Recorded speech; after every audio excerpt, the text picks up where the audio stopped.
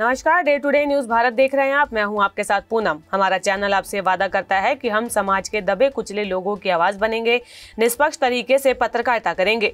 ऐसे किसी भी व्यक्ति की खबर को हम नहीं चलाएंगे जो कि भोले भाले लोगों को ठगने का काम करते हैं या फिर पाखंड फैलाते हैं। Day to day news Bharat आपसे ये वादा करता है कि हम लोकतंत्र के चौथे स्तंभ को मजबूत करने का प्रयास करेंगे। और अब बात हिमाचल प्रदेश के अंतर्राष्ट्रीय स्तर के श्री रेणुका जी मेले की कर लेते हैं, जिसकी तीसरी सांस्कृतिक संध्या रविवार को धूमधाम से आयोजित हुई। हिमाचल प्रदेश के उप मुख्यमंत्री मुकेश अग्निहोत्री बतौर मुख्य अतिथि शामिल हुए। संध्या से पहले उन्होंने भगवान परशुराम और मां रेणुका जी की आरती में हिस्सा लिया। श्रद्धालुओं के साथ साथ पूजा अर्चना भी की। सिरमौर से देखिए GD शर्मा की एक खास रिपोर्ट। रेणुका घाट पर आयोजित आरती वंदन के दौरान सैकड़ों की संख्या में श्रद्धालु मौजूद रहे। उप मुख्यमंत्री मुकेश अग्निहोत्री के साथ इस अवसर पर विधानसभा के उपाध्यक्ष विनय कुमार भी विशेष रूप से मौजूद रहे।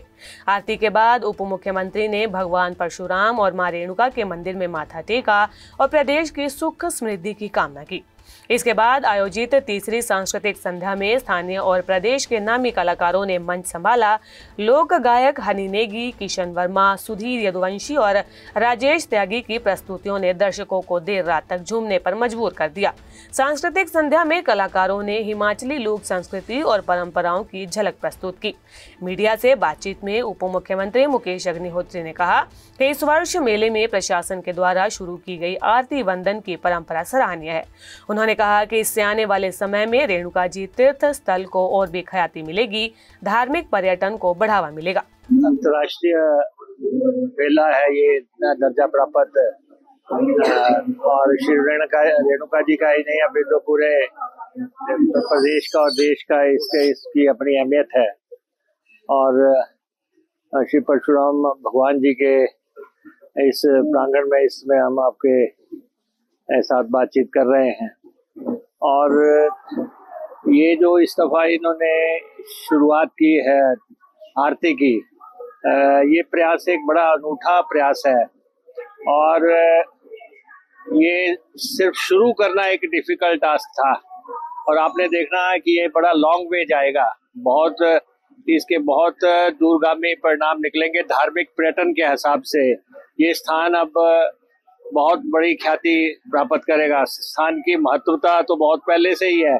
स्थान तो दूर दूर से लोग यहाँ पे आते हैं, लेकिन जो आरती की शुरुआत हुई है, जैसे गंगा आरती वगैरह होते हैं, उसी ढंग से ये सोच और ये थॉट प्रोसेस उसको इम्प्लीमेंट करना। इस दफा मुझे बताया कि 1500 दिए जो है यहाँ प्रज्वलित किए गए और उनको और जनता की अटूट निष्ठा और भावना जो है सामने नजर आ रही थी, इंतजार कर रहे थे। और आरती भी बहुत ही एक अच्छे वातावरण में यहाँ सुनने को मिली और लोगों ने उसके साथ उसका मनन भी किया। तो इसलिए हर चीज की शुरुआत करना एक दिक्कत होती है। और बाकी तो यहाँ के जो तालाब का निर्माण होना है उसका 13-14 करोड़ रुपए का एस्टिमेट है।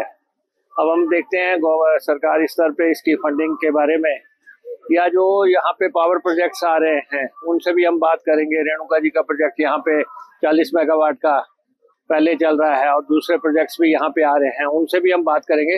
लेकिन बहुत ही धार्मिकता के हिसाब से स्थल की अहमियत पहले से कई फोल्ड बढ़ रही है। उप मुख्यमंत्री ने कहा कि अंतर्राष्ट्रीय रेणुका मेला न केवल धार्मिक बल्कि सांस्कृतिक दृष्टि से भी हिमाचल की पहचान है। इस तरह के आयोजन प्रदेश की समृद्ध परंपराओं को नई पीढ़ी तक पहुंचाने में अहम भूमिका निभा रहे हैं। रेणुका जी प्रदेश का प्रमुख तीर्थ स्थल है।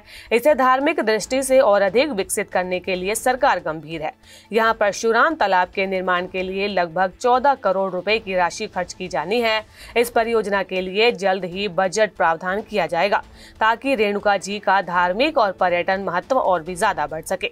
उत्तर भारत के प्रसिद्ध तीर्थ स्थल श्री रेणुका जी में शुक्रवार से मां श्री रेणुका जी और उनके बेटे भगवान परशुराम के मिलन के उपलक्ष्य में शुरू हुए श्री रेणुका जी मेले का शुभारंभ मुख्यमंत्री सुखविंदर सिंह सुक्खू ने किया था।